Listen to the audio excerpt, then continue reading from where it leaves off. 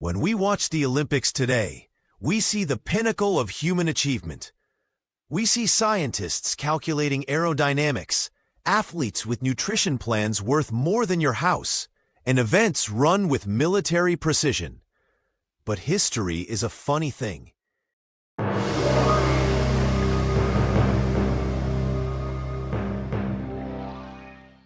If you rewind the clock back to 1904, to the St. Louis Olympics in Missouri, you don't find precision. You don't find science. You find a carnival of incompetence, cheating, rat poison, raw eggs, wild dogs. And a race so dangerous and stupid that it almost killed the Olympic Games forever. This is the story of the 1904 men's marathon. It wasn't just a race. It was a survival horror movie that people voluntarily signed up for. To understand why this race was such a disaster, you have to understand the setting. It was 1904. St. Louis was hosting the World's Fair, a massive celebration of American innovation. The organizers decided to tie the Olympics to the World's Fair to get more attention. Unfortunately, the director of physical culture, a man named James Sullivan, was a bit of a sadist. He wanted to use the marathon as a scientific experiment. He wanted to test the limits of human endurance under purposeful dehydration. You heard that right. The man in charge of the race believed that water was bad for athletes. He decided that for the entire 24.85-mile course, there would be exactly one water station. And it wasn't even a station. It was a dirty well located at the 11-mile mark. In the middle of August, in Missouri, the temperature on race day was over 90 degrees Fahrenheit, with 90% humidity. The course itself was a nightmare. It wasn't a flat track. It was a dusty, unpaved country road that went up and down 7 massive hills. The roads weren't closed to traffic either. So as the runners were trying to breathe, delivery wagons, trains, and people walking their dogs were cutting across the path. Even worse, the organizers drove ahead of the runners in automobiles to clear the path. But in 1904, cars spewed out massive clouds of dust. The runners weren't just dehydrated, they were inhaling thick brown dust for 3 hours. Now, let's meet the cast of characters. The starting lineup looked less like elite athletes and more like the cast of a bad sitcom. First, you had the American favorites, Sam Mellor, a seasoned runner, and A.L. Newton. Then there was Thomas Hicks, a British-born American who just wanted to finish. Then things got weird. There was Felix Carvajal, a Cuban mailman. He had raised money to come to the Olympics by running around Cuba, demonstrating his stamina. But as soon as he arrived in New Orleans, he lost all his money in a dice game. He had to hitchhike and walk all the way to St. Louis. He arrived at the starting line minutes before the gun went off. He wasn't wearing running gear. He was wearing his street clothes, a long-sleeve white shirt, heavy dark pants, a beret, and heavy street shoes. A friendly fellow athlete grabbed a pair of scissors and cut his pants into shorts so he wouldn't die of heat stroke.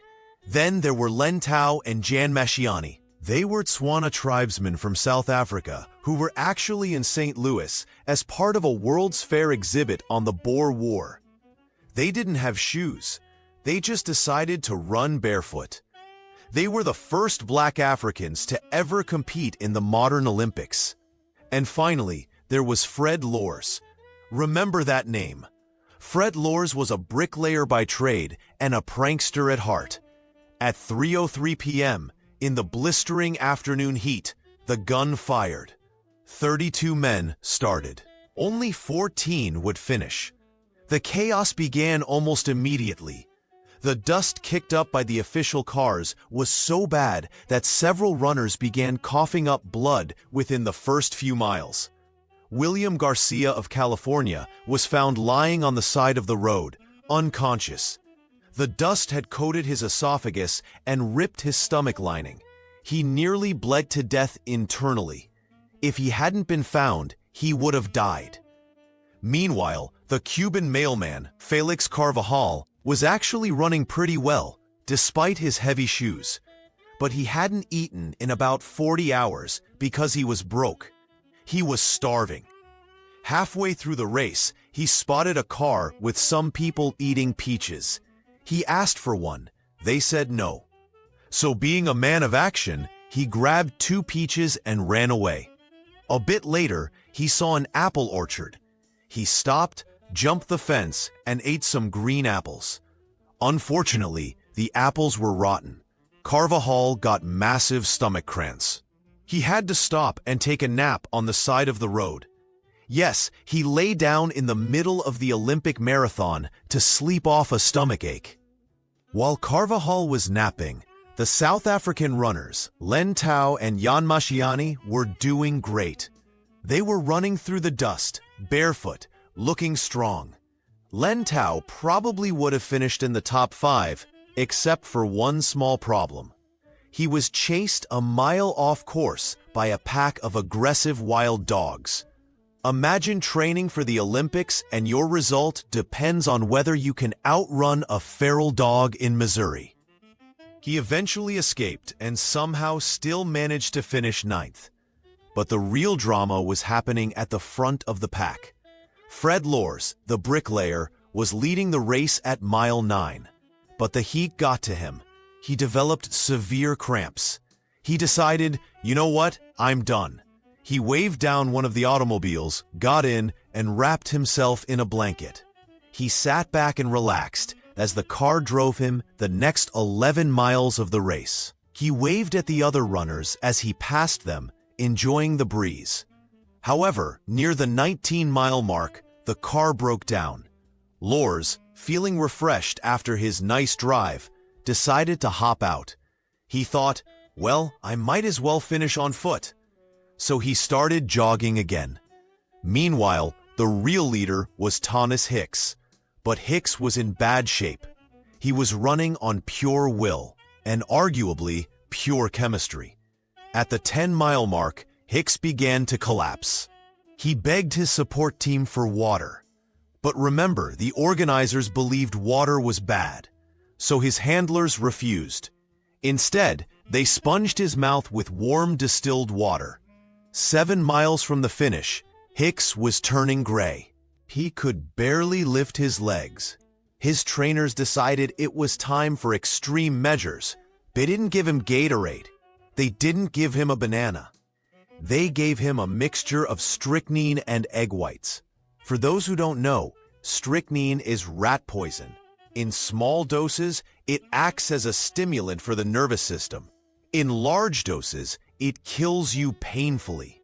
They effectively poisoned their own athlete to keep him moving. To wash it down, they gave him a shot of brandy. So now, you have Thomas Hicks hallucinating, poisoned, and drunk, shuffling through the Missouri dust under a scorching sun. Back at the stadium, the crowd was waiting. Suddenly, a runner appeared. It was Fred Lors, the guy who had ridden in a car for 11 miles.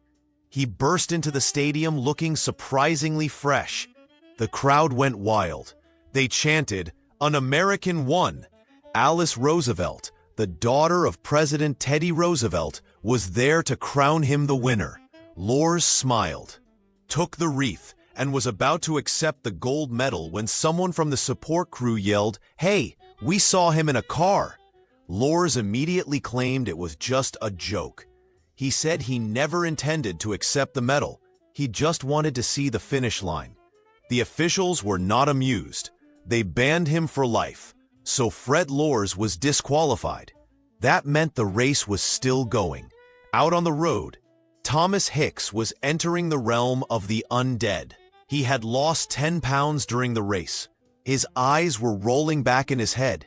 He was hallucinating that the finish line was 20 miles away, even though it was only 2. His trainers, seeing him fading, decided the best solution was more rat poison. They gave him a second dose of strychnine and more brandy. By the time Hicks entered the stadium, he wasn't running. He was shuffling. His feet were barely leaving the ground. His trainers literally had to carry him, holding him up by his shoulders, while he moved his legs in a running motion, just so they could say he crossed the line under his own power. He crossed the finish line and immediately collapsed. Doctors rushed in. If he had taken one more dose of strychnine, he would have died on the spot. It took 4 doctors and an hour of work just to wake him up and ensure his heart didn't explode. He had won the gold medal, but he looked like he had lost a war. Behind him, the rest of the survivors trickled in. Felix Carvajal, the sleeping mailman, woke up from his nap, adjusted his makeshift shorts, and jogged in to finish 4th. If he hadn't eaten those rotten apples, he probably would have won gold. The 1904 marathon was such a catastrophe that the Olympic Committee seriously considered banning the marathon from the Games permanently. They thought it was indefensible and man-killing. Thankfully, they didn't ban it. But the 1904 St. Louis race remains the low point of Olympic history. It was a race where the winner was fueled by rat poison. The runner-up was a guy who took a taxi. A Cuban mailman took a nap, and African runners were chased by dogs. It was a perfect storm of stupidity, and it is a reminder that in the early 1900s, sports science was basically just guesswork and brandy. And that is the story of the most disastrous sporting event in history.